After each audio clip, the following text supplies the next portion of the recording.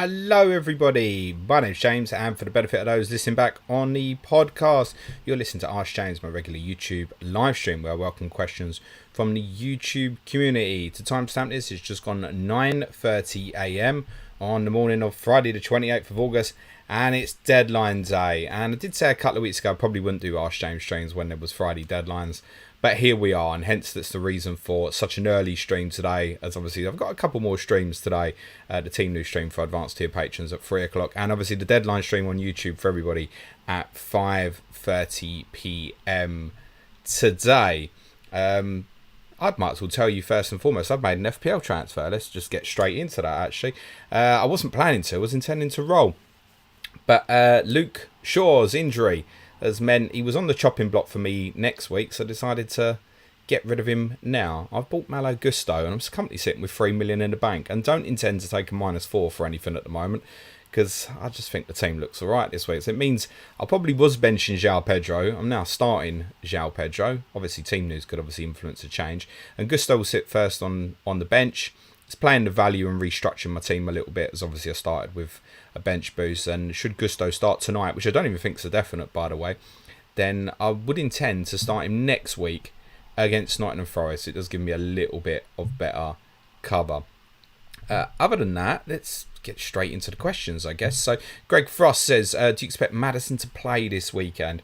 He didn't train yesterday, so if he doesn't train today, I don't know what time Angie's press conference is today. I've not seen an announcement on the times. I'll see if I can find something for you now while I'm waffling. But yeah, look, he has to be very, very doubtful. It was obviously a little bit of an impact injury last week. So, look, obviously if he's not trained yesterday, he's got to be a strong doubt. I think Giovanni Lo Celso has been pretty unlucky not to feature at all in Tottenham's first 2 Premier League games. So quite happy for him to play tomorrow. Absolutely fine with that. If anybody was mad enough to be free hitting this week, it's the sort of player you could consider, but you probably don't need the money anyway. So yeah, I'm fine with Lo Celso playing tomorrow. I don't see, if there's any risk, I don't see why Tottenham take it, to be honest. So as it stands, with the information we've got, and again, I've not as yet seen press conference times announced for today, and will probably be in the afternoon is what he's been so far. I wouldn't expect him to play as it stands. Heather says, hi James, already used my free transfer this week. What to do with Maddison and Shaw? Thanks. Well, that's probably a bit dependent in terms of what coverage you've got on the bench. It's worth saying that obviously in Shaw's case, that it's fair to say it's going to be out for a while, whereas obviously Maddison, we don't have the information. But it depends, right? Do you want to take a -4 for a defender if you don't need to? So it really depends what's on your bench. But in terms of priority of movement, it probably is Shaw first. But then if you really want, say, Phil Foden, for example, then there's every case to say a Maddison for Foden under that circumstance would be worth the -4. So, to be honest, Heather, it really depends what you've got in reserve. Lee Sherwood said, right, let's get this addressed early. I got Gabriel tempted to go Saliba or City. Where would you go if you had 6 million? Future plans mean I can afford Diaz or below, essentially. Ben Chilwell, obviously, but I'm going to guess you probably got Lee. If you haven't, or if you have, sorry, then probably if Ruben Diaz works as part of your future plans, then I'd probably prefer that.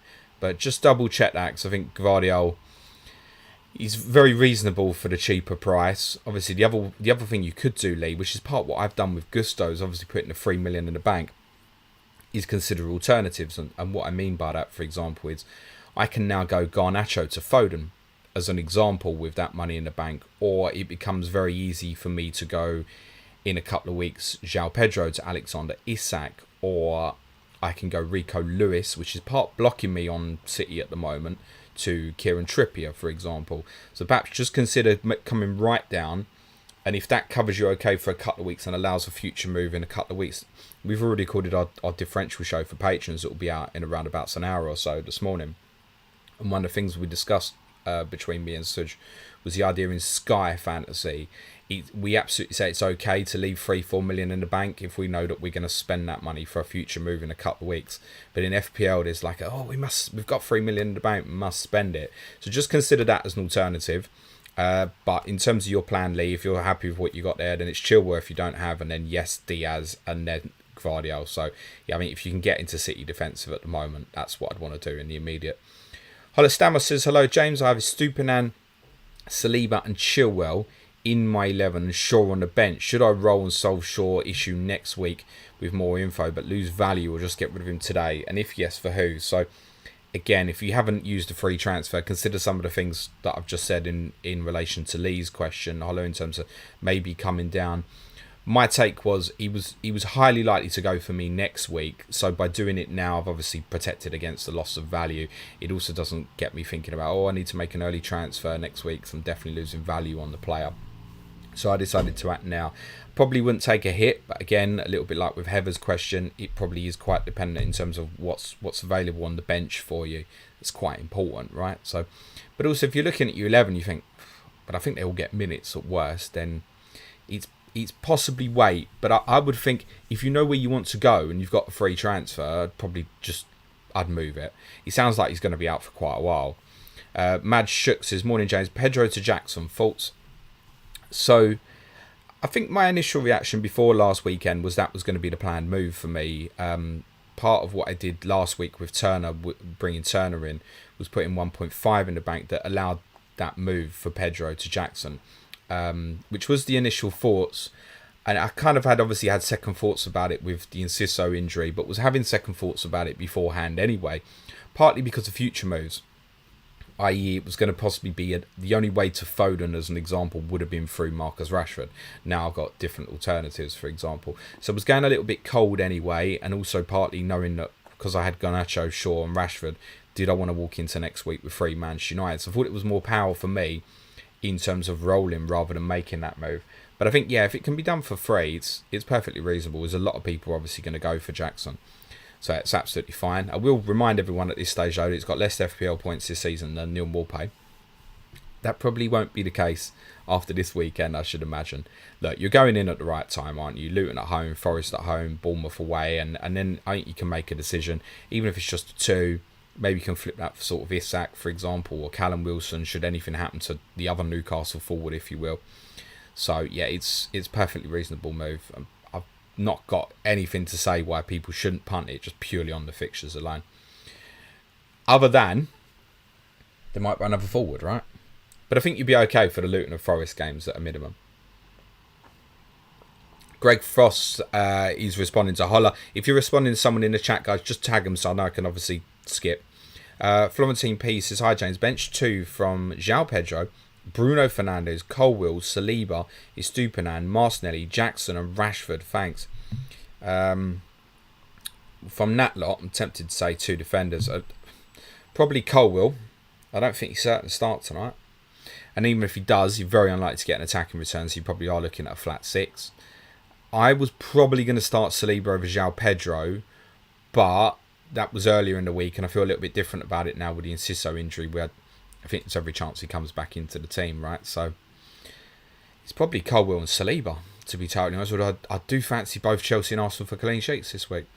Jordan Bellaby says, good morning, James. Hope you're well.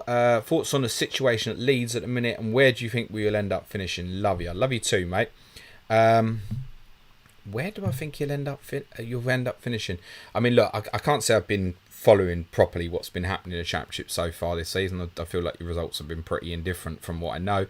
And obviously, Piro's in the doors. Every chance perhaps he might play tomorrow if he's registered in time. And there's speculation about other moves. I know someone was mentioning in our Slack this morning about possibly Jed Spence going there as well. And obviously, you've sat in Joe Rodon on loan from us. So Leeds will be right up there, mate. I don't have much doubt about that. I'd probably favour them to come back up, to be totally honest. Excuse me. Tom Knapp says, morning, James. Hope you and the family are well. 2 threes. Maddison to Sterling and Roll. Or Maddison to a 4.5 million midfielder and Obama to Jackson. I'm swaying to Sterling. Have a good busy deadline day. I think the answer to that question, Tom, is probably more about afterwards rather than now. So on the face of it now, I say, yeah, sure, get Jackson. But it's costing you 1 extra transfer. And I think there's probably power in doing that, and also structure, right? So once you switch that structure, are you happy then just going 4 in midfield? What if you decide this week, oh God, there's a midfielder I want to get instead? So I think probably the more sensible answer, Tom, is probably to have a little punt on Raheem, I think, for the 2 weeks and see where you're at with it afterwards. Spud Maestro says, I think I'm all set, playing boring this week. That's fine. Says, did Baldock to Gusto and roll in a free transfer. Didn't want to get rid of Watkins, Rashford, Martinelli and giving Gabriel one last chance. He owes us a haul. Good luck and smash the like button. Thank you, mate. And yes, for those watching live, do smash the like button and hit the sub button. It'd be very much appreciated. It doesn't cost anything. Andrew says, hi, James. Hope you're okay. Start Cash or Pedro Porro. Thanks. I think the sensible answer here is Cash. Genuinely, I have no idea who's going to play right back for Tottenham tomorrow. Really don't know. It's a proper 50-50, I think, between Emerson and Pedro Porro. I have a slight inkling, that because Bournemouth don't press the centre-backs and will press heavy in the midfield area, that Emerson might get favouritism. I literally couldn't tell you anything more than that. Matty Cash should play for Villa, but that comes with a caveat of what we saw in the Everton game was left-sided bias for Villa again, and Matty Cash played a rather defensive role. And on Wednesday against Hibernian, they did bring Carlos into the team, play Const at that position, which is more suitable. Cash is not a defensive fullback, and a fixture like Everton, it was fine. And it would be fine this weekend as well. But you're probably not looking at the attacking returns actually with him at the moment, unless Villa decide to switch that up and play more like they did at Newcastle, which there might be hesitancy to do so after obviously how that went. Probably Cash. It's a tough one. I mean, to be honest, if I knew Porro was going to play, the answer is Porro. I have an inkling he might not, though. Alistair Hargreaves says, hi, James. Looking at selling Shaw now after the injury news. Who would you say is the best replacement?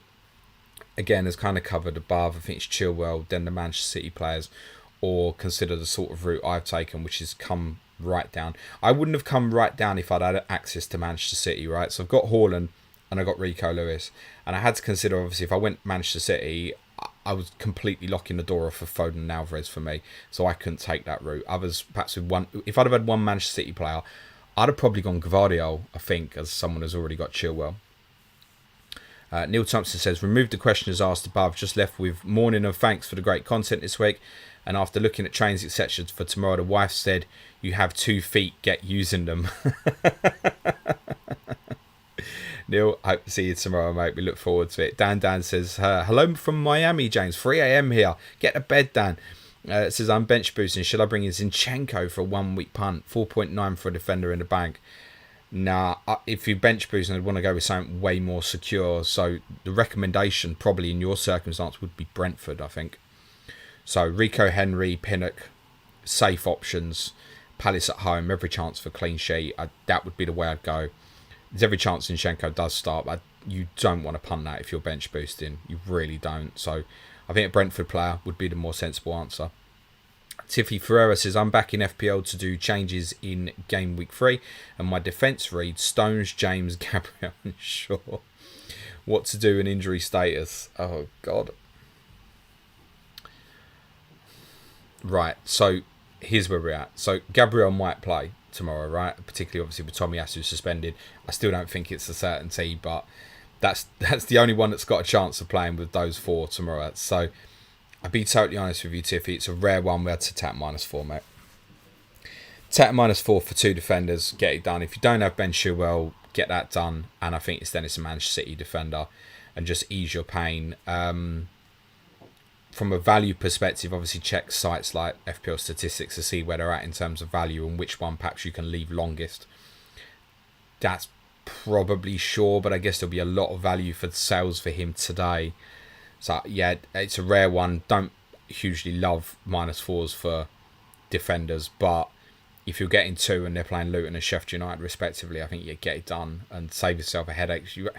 You're only coming back and doing stuff anyway. Get it done. I'd bet if you took a -4 for, say, Chilwell and Diaz as an example, then it'll pay for the hit as a worst case scenario. Can't not, surely. Could they possibly score less than 4? Well, I guess so, but you're unlucky. I'd get it done, mate. Frederick Hertz says, hi, James. Is Pedro to Jackson worth a -4? Can get the funds by selling Bruno or Mo for Foden or by downgrading a Nana. No, probably not. It's kind of covered on Monday's pod. I certainly think there's scope for Mo Salah owners to be considering selling. It's nothing to do with the Saudi Arabia links. I'm fairly certain he'll stay at least for this summer. Might be one that comes back around next summer, maybe. So, but if you sell Salah, you change and restructure. So how do you feel if suddenly you want to go back? I mean, I might even end up buying Mo Salah next week. Not impossible, right? 3 million in the bank now allows me Rashford to Mohamed Salah. And I might decide that's my route next week, possibly now. So it's obviously not a move I'd make now. So if you're restructuring, you're sitting with that money in the bank. Again, I get it. -4 Jackson in for Pedro. I mean, essentially the -4 is just that, isn't it? I'm going to say no, to be honest. I mean, free, yeah. But then I had the option to use the free transfer on it last night, for example, before Jackson's price rise. And I've decided to let it go. So as I've let it go for free, and I would have let it go for free even if Luke Shaw had been past fit, or if I had decent cover this week, then for the -4, it's probably me saying no, to be honest. James Brennan says, hi James, 2 free transfers. Got Garnacho, which I can move to a 4.5, but might do him and Rashford to Mbumo plus another next week. Need to use 1 free transfer this week. Would you replace Aki with no money in the bank? Can you get to Gvardiol and switch it up? I mean, it's worth saying like Aki could play instead of Gvardiol. It's not impossible. Perhaps the sort of move for you, James, to consider is more perhaps like what I've done. Go to a 4.0 like a Gusto or an Issa Kabore if you want to cover. Obviously, Kabore covers quite nicely from next week onwards, for example, if you're okay this week. And then it gives you more options next week. So if you need to use one, sure. But yeah, I'd be rolling a transfer, mate, in your situation. Garnacho, you know, if you end up needing Garnacho this week, it probably starts again tomorrow, to be honest. It's a fine one to have on the bench, isn't it? David Rice says, Salah and João Pedro to transfer in Danjuma and Jesus for Everton Arsenal fixture run. David, Everton's fixture run started in game week 1, I'll say. I don't think we need to avoid Everton at this moment in time, to be totally honest. If you want to do that, David, I'd almost rather you punted Lo Celso, subject to the Maddison fitness rumours today. I said in pre-season that I thought if you end up getting a run, he'd be the best 5 million midfielder in the game, to be honest. So, you know, if it came out today, Maddison's out for a month, then you've absolutely got permission to go and buy Lo Celso. I can't see why he wouldn't play, to be honest, if that was the sort of circumstance. I get what you're saying about Everton's run, but it's Everton, mate, and no Iwobi, no Calvert-Lewin. It's getting a bit grim at the moment, to be honest. Sicilian FPL says, and Jesus, I think, probably won't start tomorrow, by the way. Sorry, I should have added that originally. He's back, he's training. I think Nketiah still starts tomorrow, to be honest. That's a no, mate. Sicilian FPL says, good morning, James. If you could choose a non-Spurs player to have a pint with who is currently in the Premier League, who would it be and why? Oh, my gosh. Ebe Eze seems like a lovely bloke, and I try and convince him to come to Tottenham. There you go. That sounds like a good one. For non-Tottenham issues, I mean, Eze does seem like a good bloke as well. Maybe someone who's quite articulate, maybe someone like Tyrone Mings or something, maybe. Another one seems like a good bloke. But I guess also you'd want to meet someone like Haaland, wouldn't you? And just like see what he's really like. So, I mean, a pint with Haaland. Actually, what am I talking about? If I'm going for a pint, I'm going with Jack Grealish, shouldn't I? George says, hello, James. If you were wild card now, which players will you have? Not a clue, because there's not a reason in the world why I'd wild card at the moment, mate. It wouldn't look wildly different from my team. There's a few I'd have in there. Jackson would probably go in. I'd probably take the wave with Mbumo and the natural risers that are coming. Maybe Solly March again for similar reasons. It wouldn't be hugely different, to be totally honest. Rima Rodri says, hi James, is there a chance for you to win manager of the month August if you use triple caps on Julian Alvarez or Phil Foden, whichever transfer you make him? Which you've already found out, it's neither. And no, there's not, and there wouldn't be anyway. As in number one in the world at the end of this game week? Like, impossible, mate. In terms of some of my mini leagues, yeah, maybe. Ethan Hood says, morning James, who's the best City defender to buy as a Shaw replacement? I think Gvardiol. Diaz is a little bit safer. I think Gvardiol. Patrick Lawson says, would you sell one of Saka, Martinelli, Rashford or Son for Foden this week? or wait a week and just swap Gay to another 4.5 or Saliba to Vardy.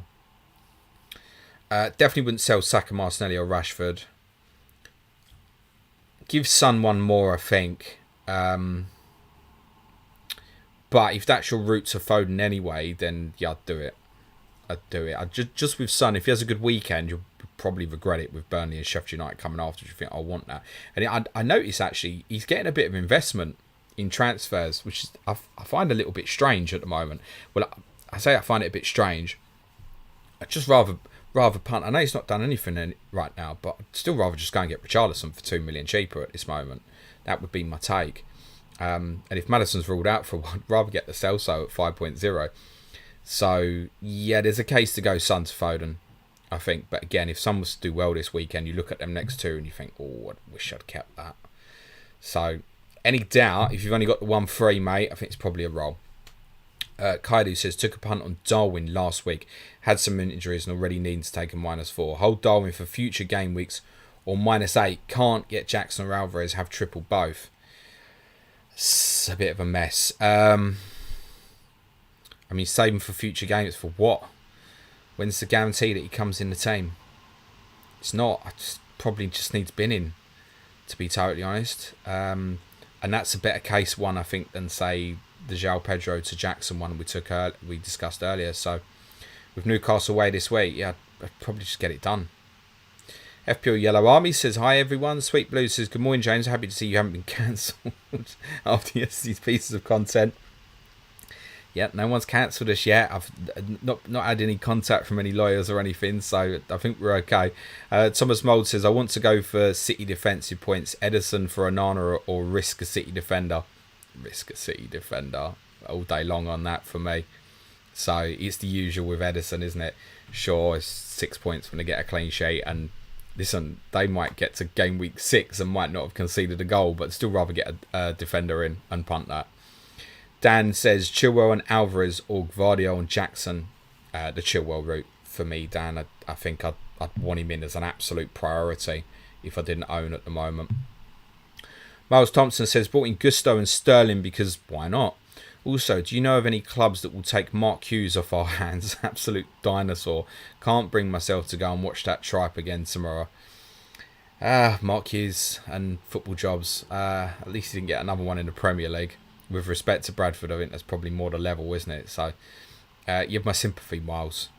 Aaron Irvine says, Mudryk out, 50% of a cleanie, and Chelsea forecast to score as many as City this weekend. With Haaland now on just 3 goals in his last 12 games. Is Chilwell a captaincy shout? Sure, yeah, do it. Good luck with that. I mean, look, there's loads, to be honest with you, if Haaland had like Arsenal away this weekend, there would be loads of alternatives to consider this week.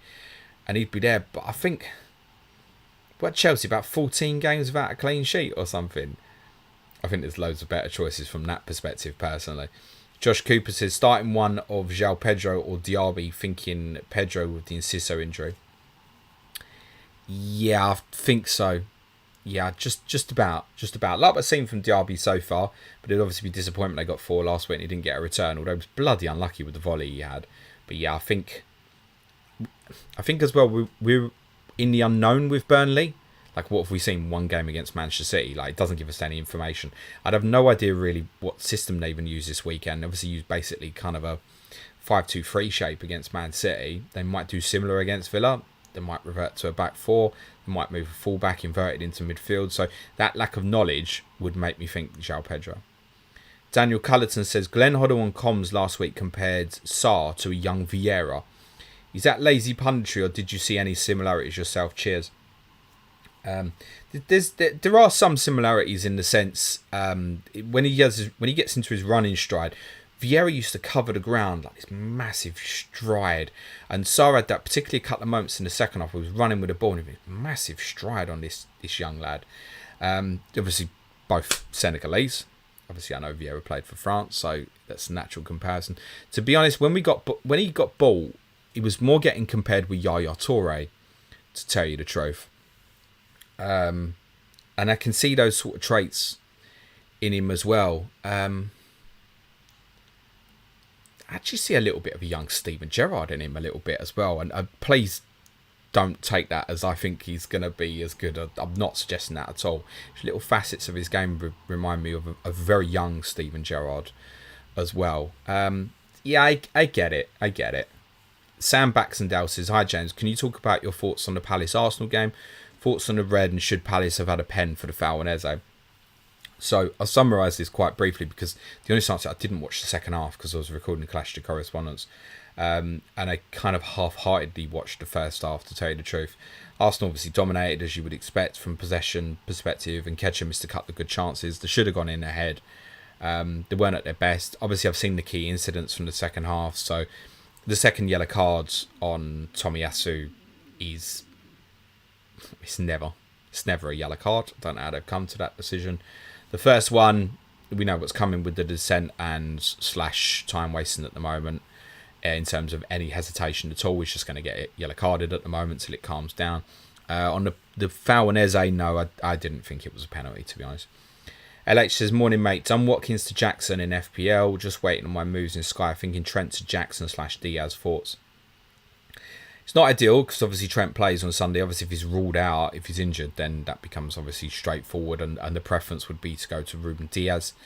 I think Jackson's entry point would have been, you should have gone Trent to Jackson last Sunday, really, if that's what you was thinking. So Ruben Diaz, as I spoke out on Wednesday's Sky Fantasy Pod, I'm pretty high and keen on. But look at alternatives. Can you do something like a Rashford to Ruben Diaz on Sunday and leave Trent for a better exit point, perhaps after they play Wolves in match week 5 as an example? Plus, can't see the rest of your team, so consider those sort of alternative moves. It's never ideal, really, in Sky to be moving on a player who's playing that day. You should always be looking for the advantage. Birth Media says, hi James, one better performance from Vicario, and how good was Bissouma? I absolutely eulogised about Bissouma on our Tottenham podcast on Patreon on Wednesday. Fantastic. Dr. Eve, maybe even a little bit. It was the first time I'd watched Tottenham in about 4 years and not missed Moussa Dembele, because I felt like I had a little bit of him on the pitch, and it's been the biggest plus so far for Tottenham. Yeah, Vicario was much better. I'd been a little bit critical of him. I thought little things in terms of distribution. I just felt like he had a bit more confidence and aura around some of the things that he was doing. He looked comfortable. I thought he looked nervous in the Brentford game and in the other friendlies that we'd had previously. He had a better vibe off him on Saturday, and it probably helps that I was in the stadium, right? So it was the first time I was in the stadium and experienced watching him live, and with a crowd nervous or anything. I didn't have that vibe. I was much happier with him, and that's really pleasing, because I've not been sure about him so far. I still have some question marks on some of his shot stopping, to be totally honest. But he's young. I think he'll improve, and that was definitely a big improvement on Saturday as well. So good, more please. FPL team Peter, my friend, says, off work today and wake up to your dulcet tones with my morning coffee. Could there be a better morning? I could name loads, Pete, but I probably wouldn't be able to say them on this stream. But we can have that DM conversation if you want. Remember, the deadline stream, as always, is in partnership with Peter's app, FPL Team, or Peter's site even, FPL.team, your number one stop shop for FPL planning. Is that a good slogan, Pete? Let me know if I should use something different. Birth Media says, an FPL question. I mean, that's not unusual, mate. I get plenty on here. I've sold Salah for Foden. Anderson to Sterling should be the second transfer. Thoughts on that? Yeah. Hard to argue. I mean, if it's free, I can't really give you a reason not to do it, other than like who are you benching instead and what's the impact of that for you. But I can't really give you a reason not to at least punt Raheem Sterling for 2 weeks, as I said to someone else. Frankie said, morning James, does it make me a bad FPL manager if I reverse a transfer 1 week after doing it? No, arguably makes you a good one. Genuinely, because it's admittance of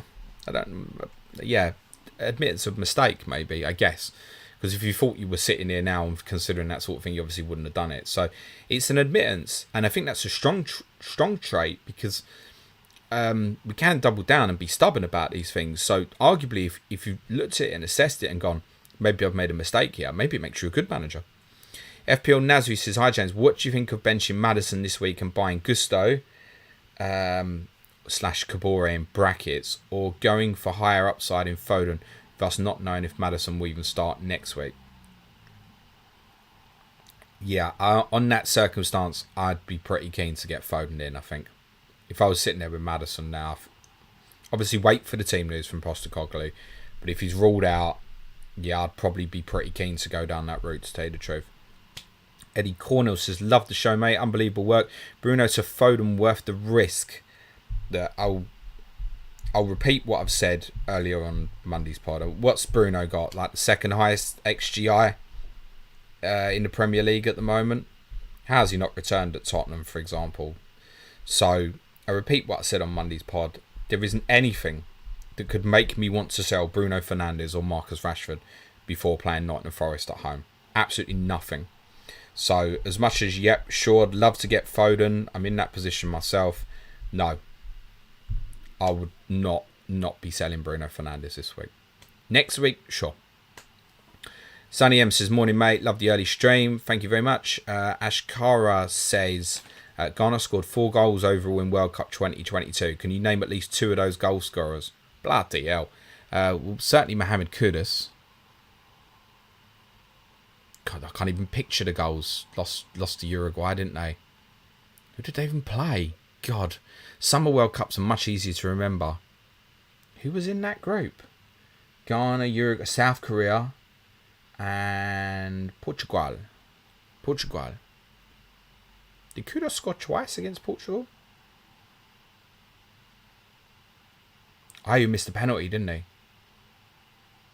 No, he didn't score, did he? No, you've done me. Sonny M says, bench 2 from Diaz, that's Lewis, Estupinan, Saliba, Pedro, or Udogie.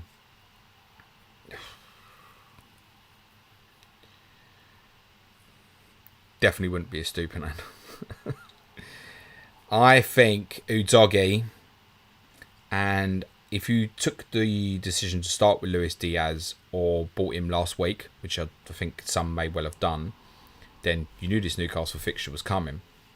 How did you feel when you made your choice? What would your instincts been? Like, can Liverpool do well at Newcastle? I'm not sure I'd ever be comfortable benching a player like that, to be honest. I'm going to say Saliba and Udogie, I think. AD Frill says, hi James, new Sky Fantasy player this season, doing relatively well so far, 6.5k overall with 2 transfer shoes. That's very good, mate. Please explain what exactly you mean by 5 for 1, 3 for 1, etc. Okay, so sorry to bore the FPL lot, but let's give you an example, right? Let's say you own Levi Colwill, okay, and you're going to keep him till Chelsea play Bournemouth on the Sunday in match day 5. The next day you sell him for Taiwo Awoniyi, and then you keep him for the Manchester City away game, and then they have another single game day fixture against Burnley. The following day, Levi Colwill goes to Fulham. Now, over that period, you miss 1 game of Colwill, and you get 3 fixtures of Awoniyi. So that's what we mean by 3 for 1. So over that period, you can make the transfer, sell 1, and go back for another, and you've got an advantage of 3 fixtures over another player who's got 1 fixture. If you're adding captaincy, it becomes effective more. So because the single game day is against Brentford and Burnley, if you captain him twice, effective, you have Awoniyi 5 times versus Colwill once, because you're doubling Awoniyi's points on 2 occasions. So hopefully that helps. If you got any more, DM me and I'll explain that in more detail. But I think that, probably gives you the idea. Tony McBride says, nice surprise. Listen, if you always looked at the content schedule that went out on a Sunday, you'd know when Arsh James is going to be. Next week it definitely won't be Friday, by the way, because Clash of Correspondence is next Friday. Sheffield United versus Everton. Close your eyes for that one. It's not going to be an FPL podcast. It's just going to be a Sheffield United versus Everton podcast. Lee says 9:34. I know where I'm up to in the chat now. When I started, Liam Doyle says, morning James, would you be moving Martinez out of Sky after Forest? Oh, that's Lissandro Martinez. We've got a few Martinez's, mate. If so, for who around similar money with structure not being an issue? Cheers, mate. I mean, the obvious ones is Manchester City players, if you can get there price-wise. Similar money, though. So what we got? Sheffield United, City, Burnley, Aston Villa, and obviously Newcastle, Liverpool. If you can't get to a City player and you want an enabler longer term, and real out-the-box thinking, but consider Vinicius Souza, which might allow you another move for a Manchester City player on the same day. Consider that. The honest answer to your question would be yes. I'm never keen on Lisandro Martinez for Sky particularly anyway, because they don't hit the passing numbers that you would expect them to. And certainly after tomorrow, which he may well hit it in fairness, then Arsenal-Brighton, he's definitely not going to hit them. So what you got after that for United? Burnley away, Palace at home, Brentford. He might, but I think I'd move it on personally, yes. But if you can't get direct to City, consider coming down. That allows another move to a City player. FPL Freddy says, morning James, good morning. Pranav says, thoughts on Pat Matasar role? Okay, so Pat Matasar. So that's the second question on him. Yeah, look, he's the most suitable in the squad at the moment, I think, to play that 8 role. We saw this in pre-season as well with Oliver Skip, particularly in the West Ham friendly. Kind of similar, really being allowed to burst into the box. I like the fact that on occasions he drifted from right to left, which is more variety than what Skip would offer. He has that kind of powerful stride, as I said, where he can run in diagonals across the pitch and join in on that side. I like that, because Ange does like to create overloads in wide areas and 3v2s if he can, and he can join in those sort of things. Yeah, really good in terms of his position as the right-sided 8. Quite often, because the fullbacks obviously go inverted, he's tasked quite often pulling into kind of almost a right back / right midfield position, but it's not prohibitive of him, because obviously, as you've seen at the weekend, he can break into the box. Brilliant stat was that he's now had 9 touches in the box in the Premier League in his career, and obviously it's a short career, but 7 of them were in that game last week, so that gives you an indication of what he's allowed to do. He's a super talent, and I think he'll kick on now working with a manager that won't restrict him, and you'll want him to do all the positive things rather than you got to be in this position defensively and stuff, and of course that matters, but he'll have a little bit more freedom to express himself. I was surprised personally that it was Skip rather than Sarr started at Brentford. So yeah, he looks like a great talent, and we weren't really allowed to see it. I mean, even things like, I thought I was in the San Siro for the Champions League last 16 game where Conte had to, Højbjerg was injured, Bissouma was injured, and Bentancur... Højbjerg was suspended. Bissouma was injured, and then Bentancur got injured at Leicester at the weekend before, and he had to play Sarr and Skip in midfield. And I thought Sarr was probably our man of match. And then the next game came around, and he stuck with Skip. I was a bit disappointed with that, and I love Ollie Skip, but I felt Sarr deserved the chance to carry on.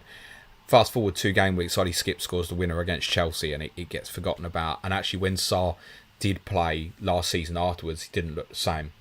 And I just wonder if that's restrictions on players in terms of he didn't feel free. You might get a different beast for play. It's a great talent. It's great talent. It's still quite raw, I think, but really good player. He's got all the technical attributes that you want. So yeah, I'm quite excited to see more. I hope he plays tomorrow. I can't promise that, by the way. But, you know, someone asked earlier about wildcard, and if I was wildcarding right now, he's the 4.5 mid I'd go with. Definitely. Kenneth Vaz says, keep Salah with all this Saudi news. Question. Maddison, Sterling, good shout. Thanks and cheers, James. Yeah, look, if your decision to sell Salah, I don't think should be influenced by the rumours with Saudi Arabia. I'd be really surprised if he goes this week. On Sterling, as kind of said to other people, yeah, it's fine. Obviously, it's not a move I'd make if Maddison is available, but if he's confirmed out, sure, fine. I would prefer Foden, by the way, if you don't have. Perlo Spence says, hi James, thinking of my first hit of the season. Watkins, Maddison to Foden, Jackson, both need to be done for funds. What do you reckon? So I'm going to guess, obviously, you can't go Maddison to Foden, because I'd love you to do that, if you can. But I'm going to guess, yes, it needs the funds of Watkins to Jackson. My intention with Watkins, I'm in 2 minds about it. I'm going to have a stronger think about this week, because looking at Liverpool, Chelsea, Brighton as 3 of Villa's 4 after this week does look a little ugly, and I'm going to give it a second thought. But I'm also pretty sure that once they kind of walk into the run around about game week, I think 8, they go to Wolves. Yes, that sounds right. They go to Wolves in game week 8. Yes, that is right. I don't know, but I've got it on my screen in front of me. That I think, yeah, I definitely want him back. Maybe not necessarily for Wolves, but the couple of fixtures afterwards are really good run. It'd be really popular. And I just wonder if I just stick with him, because he's consistent, it just gives me 2 transfers longer term. Now, you're only losing the 1 hero effective if you're kind of obviously going to take the hit. I think there's probably more a question. If Maddison's ruled out, is Phil Foden worth the -4? I think the answer is yes. And with Watkins going to Liverpool next week, although I think he could return, is it right to expect Jackson to outscore Watkins at least over the next 2? I think the answer is yes. So I just have a second thought about Watkins longer term, is all I'd say. But yeah, it's okay. James Gibson says, bench Gusto or Udogie. I think I'd want to punt that Gusto would start. I don't think that's a certainty by any means. I think similar applies to Axel Disasai and also Levi Colwell this evening. I think there's every chance one of those three may miss out. But yeah, I'd probably, with that fixture, I'd want to punt Gusto, I think. Jerry W says, hi James, thoughts on bench boosting in a single game week? I saw Focal's tweet on the idea of bench boosting in a single game week based on Krellin's table. Since during double game week 37, there may be teams on the bench that will mass rotate. Good luck this game week. Thanks, mate. I mean, do you not know that I bench boosted in game week 1, mate? So there's my thoughts on it. Every other season I'd have been dead against it. But yes, I had a long look myself at later on in the season, and that was the instigator to the decision. Plus, to be honest, Christopher Nkunku's injury is what really changed the game for me, looking at the team, knowing that I was going to start with the team I wanted, had 1.5 million in the bank. And I had to ask second questions of myself of if I should be looking at it. And I looked at it and I liked it. And I did it. And again, we won't know till the end of the season if that was the right strategy or not. But I'm pretty happy with the outcome. Doing it now is way more dangerous. Way more dangerous in the sense that rotation can even kick in. It might sound ridiculous, right? But let's take a Matty Cash as an example, right? He was rotated against Hibernian on Wednesday. Or was he rotated? Is it that he wants to go concert right back and bring Diogo Carlos into the team? Whereas game week 1, you can literally go for the 15 players. You think, I know they're starting. Now things have developed and our opinions on certain things have changed. Now, if you're well set, I did a piece for advanced tier patrons on Wednesday where I looked at 13 different teams and decided whether I would bench boost them as they stood or not. And I think it was probably 4 or 5 I was like, yeah, I'll do it. So there's definitely scope depending on what people have got in their teams. I do think at the end of the season that the doubles might be rough. But I also think you've got to be so sure. So there's certain things like Gabriel's in your 15. Like for me right now, it's just an instant abort. Don't do it. Don't do it. The other thing is a lot of people may be bench boosting this week. But Turner, does that feel right away to Manchester United? And again, there was a couple of circumstances we looked at because the three outfield players on the bench, the 3 weakest players, if you will, were so good and the 11 looked strong and safe from rotation that we had to say, yeah, I think you'd probably do it. So there are some people where it will be right. I think there will be a number of bench boosters played this week. And I think if it works for you, all I can say is good luck, go for it. Josh Telling says, morning James, any other news you may have heard on Maddison? Is he still rumoured to be back game week 4? Thinking of benching him this week and playing Saliba instead if Maddison is only out game week 3. Currently, I only have the same information of you. I've got our Slack open in case there's any information dropped on Maddison, but there isn't any as yet, and I wouldn't expect any till later in the day. So, no, I'm not ITK. I don't have any information on that on Maddison. I could only tell you truthfully, but that I think as it stands, he's probably unlikely to start this weekend. Tony McBride says, do you shout out for podcasts? If so, FPL T-Bird podcast, inspired by Planet FPL, so I have to be good, right? Good luck for game week 3. No harm if you don't want to read this out. Tony, I've already done it. Shout out to the FPL T-Bird podcast, mate. It's very humbled if we've been an inspiration in any way. Very best of luck with it, Tony. FPL Freddy says, still have 1 free transfer. Am I mad to play Gabriel and still have Shaw till next week? Yeah, look, if you want to have more information next week, wait, it's definitely not mad. Can't really answer it without seeing your whole squad, right? And please don't put the whole squad in the chat because I won't cover it. You're in your situation with your team. You'll know what's best, and there'll obviously be logical reason why you're thinking of doing that. James says, would you be confident in Sterling is better than Salah to enable Vissa for Pedro next week? I don't like the way you've written it, James, because it looks like it's the opposite and you're going Sterling to Salah. But I think I know what you meant. Confident in going to Sterling? No. Do I think he's the right punt for a few people for a couple of weeks? Yeah, on the fixtures alone, obviously there could be good returns there. With Salah, you got to consider, right? You sell him for a Sterling, fine. You're going to move Pedro to Vissa next week. Then what? What are you doing with the other 4 million? You come back for Mo, which you can do if you want to, further down the line, and that might even be sensible. As I said earlier, leaving money in the bank might be as a bit of a ploy for certain things to hold on for future planning and transfers this season. So, look, on the face of it, Sterling goes to Newcastle. He's got Villa next week. How big is he likely to go off? He might still outscore Sterling, though. Let's be real. B Max is morning. Bench boost this. Turner, Vissig, Vardy, Gusto. Here we go. So this is a perfect case. Don't like bench boost and keen to get rid before Europe kicks in heavy. First 11 very strong. Okay. So Vissig great. Brilliant for this week. Turner, you know you're going to get the minutes. Gvardiol, if he starts, makes this a winner. Gusto, if he starts, makes this a winner. This literally comes down to your confidence in whether Gvardiol and Gusto start. If you said to me now that they were definitely going to start, I'd say yes. But I also use the analogy with Gabriel where I'd think, risk. Now, I think Gvardiol will start, and I think Gusto will start. But the surprise if neither of them started would be 0 for me. Wouldn't be surprised at all. So you have to weigh that up in your thinking.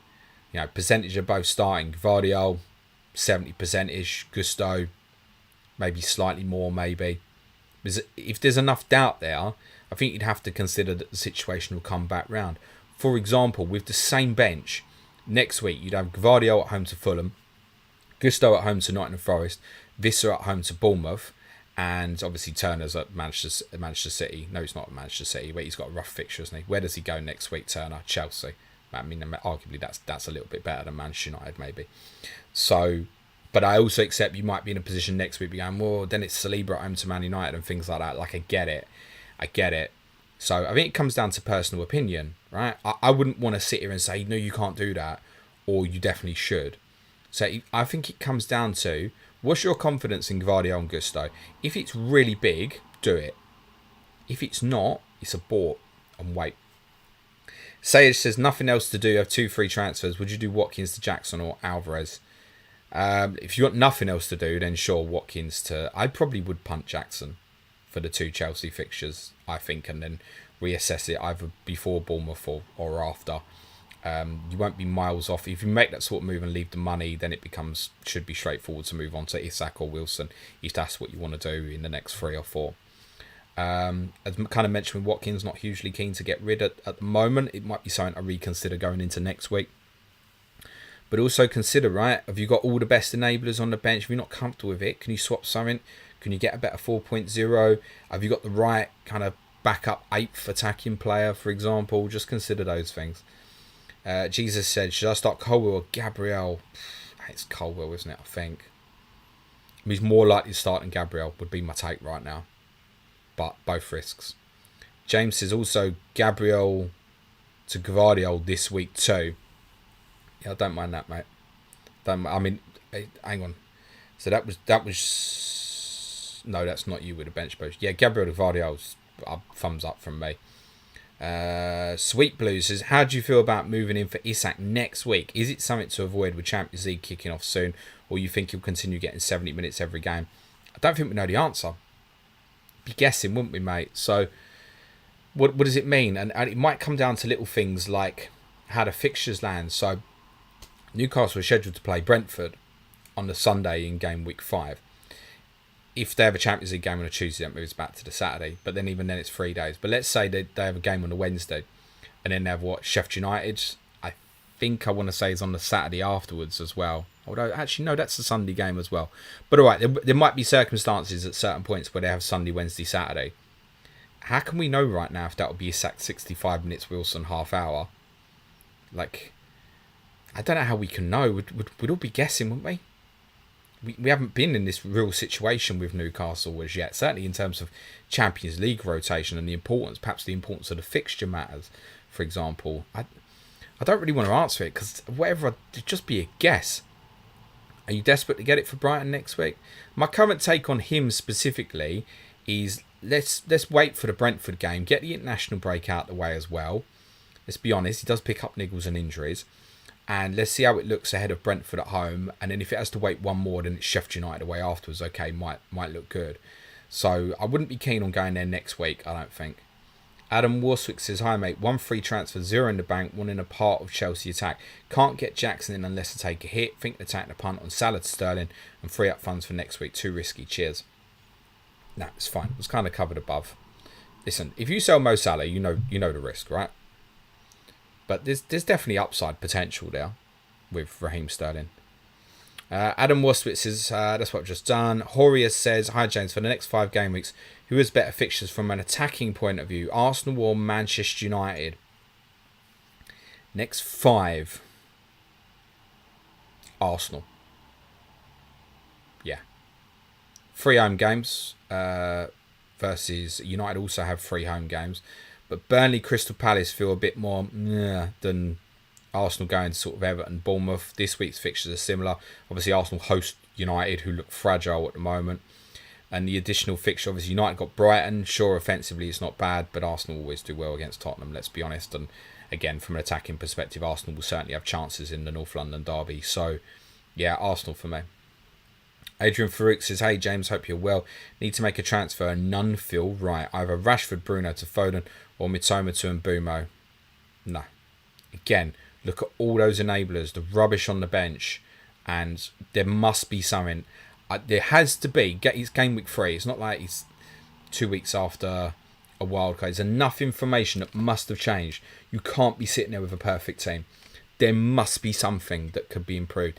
Even if it's something like you go, do you know what? I'm going to come off the Arsenal plan now defensively because I don't want to look at next week against Man United and I want to get Man City playing now like a Gvardiol, a Saliba to Gvardiol. There must be something that you can improve.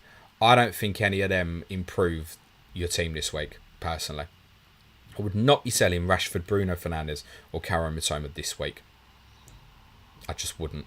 Miles Thompson says, would you captain Colwell or Chilwell in Sky for tonight? That might be a bit team dependent, and what I mean by that, Miles, is let's say Disasai is not in the Chelsea team, then I think we could assume Colwell's playing left-sided centre-back, and then that probably puts the lean into Colwell. If it's same defensive players that played against West Ham, then I'd probably look at the upside of Chilwell in terms of the potential for attacking returns. Nikolai says, hi James, if you could have one striker from Spurs last 15 years to play up front for you now, who would it be and why? No, Kane. Ha ha. Well, that answers things. Interesting, right? So, there's a few names. Berbatov's the one I want to say, but probably least suitable to the way Tottenham are now going to play. Klinsmann, brilliant all-rounder. Would be great for obviously getting the crosses into the box and stuff like that as well. Klinsmann wasn't like perfect at anything, but he didn't have a real weakness. He was really good at everything. In this system, the way they're going to play, I'd arguably say Defoe. Actually, just in and around the box, the way he just used to get half a yard, bang. It's the best at it. So, and I love JD. So, I can see you said I suspect it'll be big Pavlyuchenko. It definitely won't. Respect to Pav, but it wouldn't be Pav. So I'm going to say, for this team right now, I'm going to say Defoe. David Hunter says, hi mate, just a heads up, there's a tactical podcast on The Athletic about Ange Tottenham, probably right up your street. Thank you very much. Ziggy Lester says, hi James, just a comment, what a save by Vicario to send Casemiro's header over the bar. Yeah, it was a good save. It was a bit camera-ish, if I can be honest. There was a save that he made that was offside against Varane, which looks good as well, but he should definitely make. It was right above him.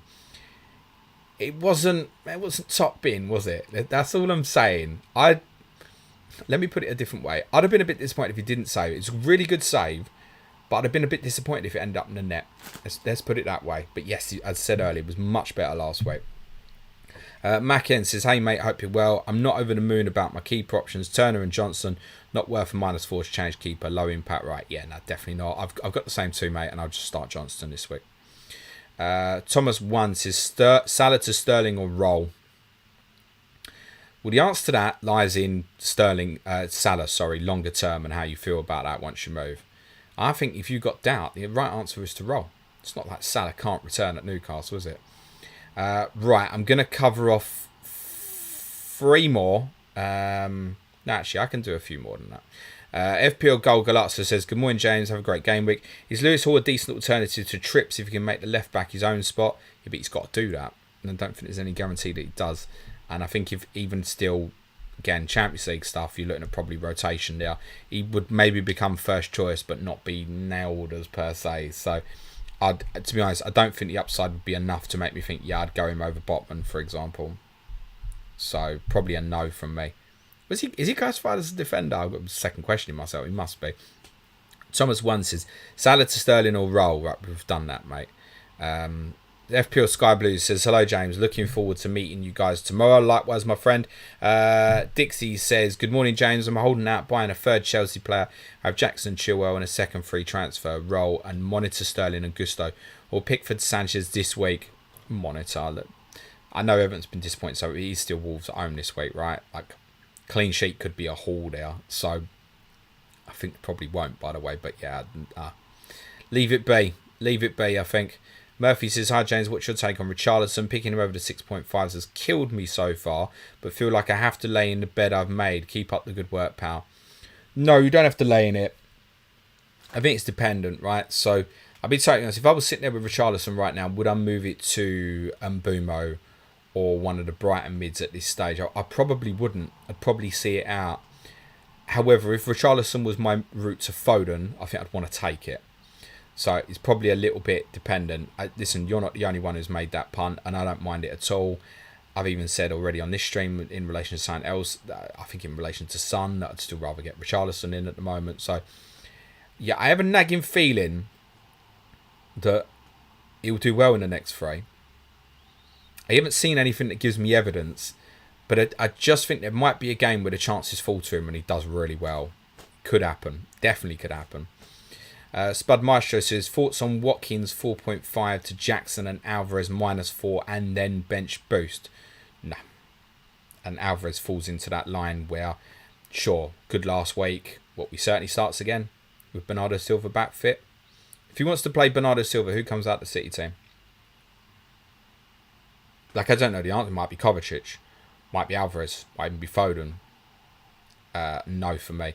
Also, with bench boosts, I'd want to target 16 points from the bench.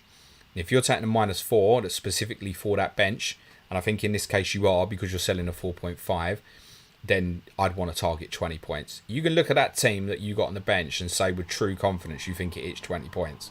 Be my guest. Nasty Biscuit Box says, sure is injured? Question, yes, as reported by David Ornstein from The Athletic last night, yes.